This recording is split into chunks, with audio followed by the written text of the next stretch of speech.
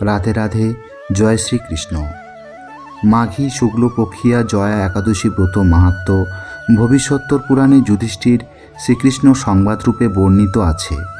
শ্রী গরুর পুরাণে মাঘ মাসের শুক্লাপক্ষিয়া একাদশী তিথিকে ভৈমী একাদশী নামে অভিহিত করা হয়েছে। কল্পান্তরে বিভিন্ন পুরাণে বিভিন্ন নাম দেখা যায়। পদ্মপুরাণ অনুসারে জ্যৈষ্ঠ মাসের শুক্লপক্ষিয়া একাদশীর নামই পাণ্ডবা নির্জলা বা ভীমসেনী একাদশী। যুধিষ্ঠির বললেন, হে কৃষ্ণ, আপনি কৃপা করে মাঘ মাসের শুক্লপক্ষের একাদশীর সবিশেষ বর্ণনা করুন। শ্রীকৃষ্ণ বললেন, হে মহারাজ, মাঘ মাসের শুক্লপক্ষের একাদশী জয়া নামে প্রসিদ্ধ। এই তিথি সর্বপাপ বিনাশিনী, সর্বশ্রেষ্ঠা, পবিত্রা, সর্বকাম ও মুক্তি প্রদায়িনী। এই ব্রতের ফলে মানুষ কখনো প্রেতত্ব প্রাপ্তি হয় না। এই একাদশীর নিম্নরূপ উপাখ্যান শোনা যায়। একসময় স্বর্গলোকে ইন্দ্র রাজত্ব করছিলেন। সেখানে অন্য দেবতারাও বেশ সুখেই ছিলেন। তারা পারিজাত পুষ্পশোভিত নন্দন কাননে অপ্সরাদের সাথে বিহার করতেন।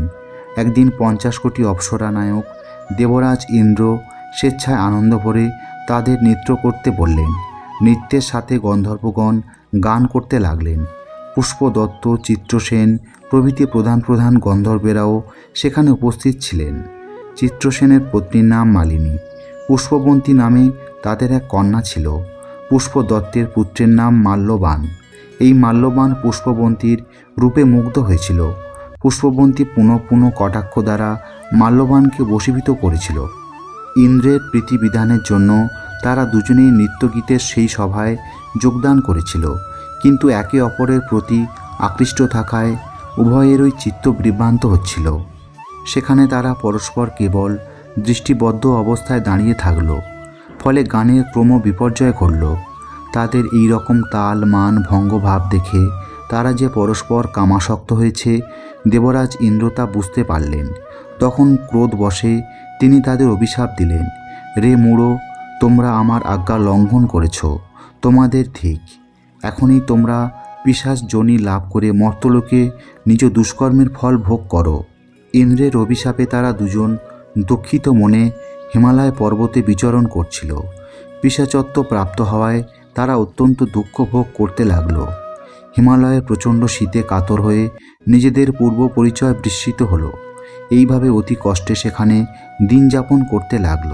একদিন পিশাচ নিজ পত্নী পিশাচীকে বলল, সামান্য মাত্র পাপ করিনি, অথচ নরক যন্ত্রণার মতো পিশাচত্ব প্রাপ্ত হয়েছি। অতএব এখন থেকে আর কখনো কোনো পাপকর্ম করব না। এইভাবে চিন্তা করে তারা সেই পর্বতে মৃতপ্রায় বাস করতে লাগল।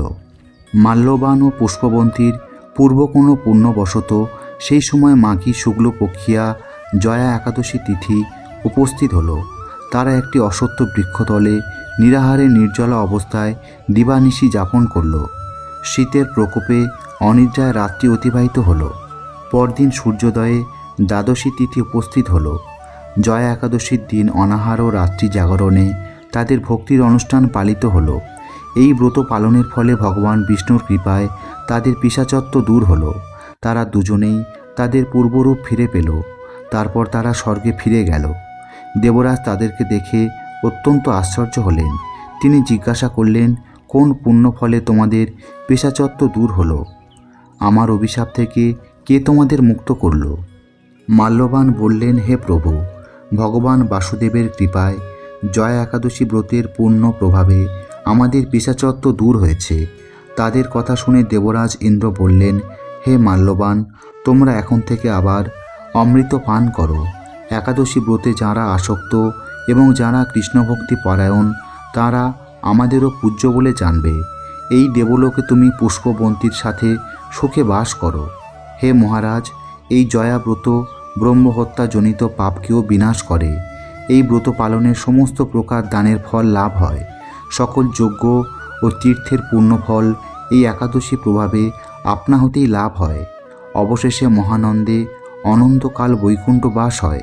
এই জয়া একাদশী ব্রতকথা পাঠ ও শ্রবণে অগ্নিষ্টম যজ্ঞের ফল পাওয়া যায়। রাধে রাধে। জয় শ্রীকৃষ্ণ।